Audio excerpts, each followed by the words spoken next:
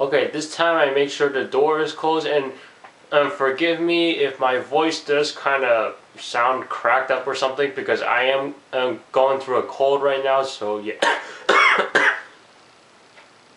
Yay!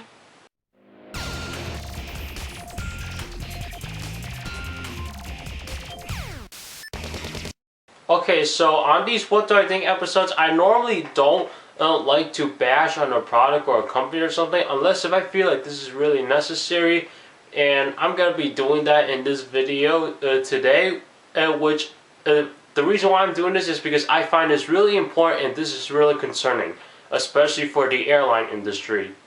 I recently had relatives that came to visit me, and then when they went home, they decided to fly on American Airlines to go back home. Now, because of where I'm living at and the airport they used in this area, there was a transfer. It wasn't a non-stop flight, so they had to make a stop somewhere. Now, this was the most concerning part because American Airlines, well, for some reason, was very late on their flights. I mean, they were trying to fly from one airport to the other, which was the transfer airport that they had to stop at before they get onto their final destination.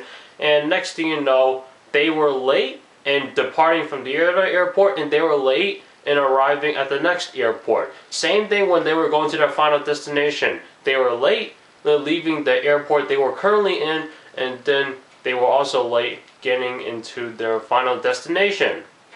American Airlines, what on earth are you doing? I mean, for what I remember when I was tracking it here on my iPhone using the Trip Tracker app, it was saying that they were 18 minutes late to depart from the airport they were at in my area, and then they were 25 minutes late arriving at the next airport. Then, while they were at the next airport, it took them 53 minutes to leave that airport, and then arriving into their final destination took 18 minutes. American Airlines, not looking good. This is worse if you have a transfer during your flight, because if you have a transfer, there's a possible chance that you could miss your connecting flight due to the times being late, or due to your plane being late, and then it has a delay or something, and next thing you know, you're pretty much stuck at where you're at, and then you don't know what's going to happen. What's even worse, you lost your luggage. Now, you guys think that's bad. I also heard another story one time, long time ago, when I was reading on Yahoo. I read this like 2 years ago, I believe, 2 or 3 years ago, where American Airlines, there was actually someone that was flying American Airlines, and he had to stop as well. So, he would serve some food on the first flight, and next thing you know, when he landed, he started to feel a little bit woozy, and he wasn't feeling too good. And then when he got in his connecting flight, and then arrived at his final destination, it turns out that the passenger was actually dead. I'm not kidding. So once the family that was supposed to pick that person up found out that happened, they immediately threw a lawsuit against American Airlines. And from what I've read, American Airlines was saying that, oh, we were not aware that we can receive complaints from our customers. Hello, you're running a business here. You're supposed to receive complaints to help you improve your business, and you're saying that you're not aware that you can get that?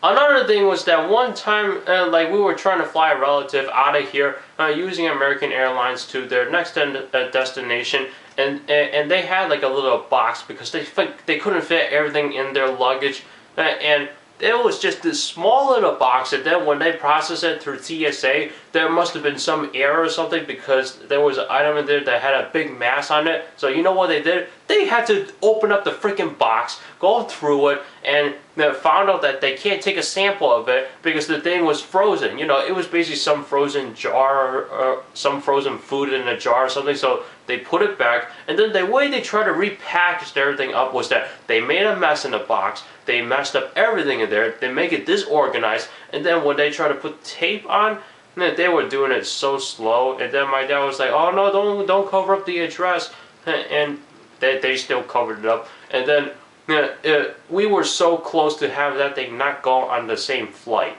Like that would have to been on the next flight, and this is worse, especially if you're a senior and you have medicine in there that you can't take with you through the security on your carry-on bag. Then you have to put it in the luggage that you checked in.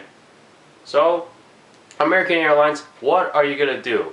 So if you guys are planning a trip or something and you have to take a plane from it, do yourselves a favor and try to avoid American Airlines. Now, I normally don't do this to a product or a company, but because how important this is to the airline industry, you have to avoid the worst airlines out there, because the worst airlines can make you late, or they can rip you off, and they can make you worry a lot.